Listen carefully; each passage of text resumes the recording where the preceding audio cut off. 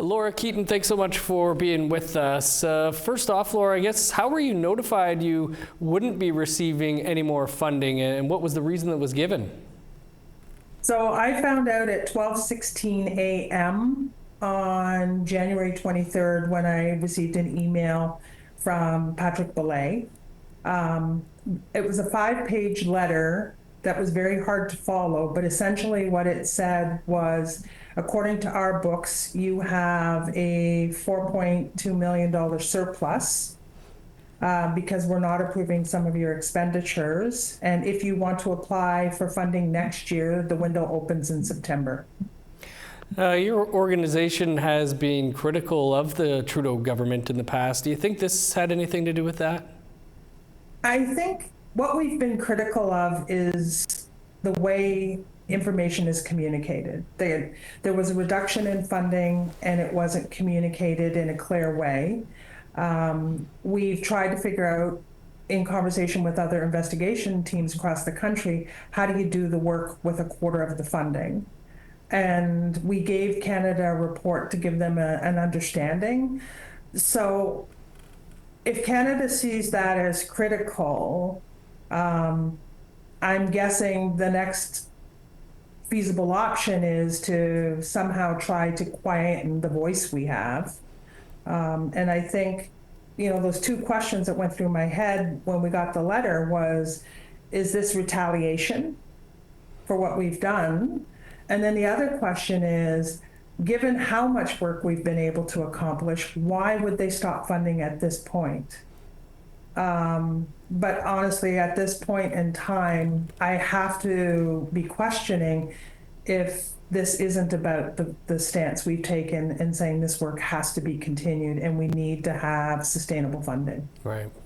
Well, it appears that the government's trying to say you still have unspent funds. Can you tell us a bit about that? Yeah, so they're saying we have 4.1 million in unspent funding, but in reality, we actually don't have any funds left. We're now insolvent, waiting for them to communicate with us in terms of response from the letter that Laura received. And all last year up until now, we had no communication right back from March 2024. And Laura, did you want to touch on that too? So part of what we did is we heard rumors last year in 2024 that Canada was going to be lowering the ceiling about the maximum funding a community could receive to $3 million. So we hosted Catherine Cook here at our offices to walk through our funding. We knew we had about $2.5 million we had to carry over from one year to the next. And that was largely in part because Canada released the funding so late in the year. They released it in December of 2023 when our ground search season ended in the fall. So we had to carry the money forward to the next ground season year. So, Canada knew why the funding was being carried over. We were told we would not be penalized for it in our application for new funding. And then over 6 months, we heard next to nothing from Canada around the status of our application, when decisions were going to be made, until July of 2024. And that's when every organization in the country was informed Canada was cutting funding to $500,000.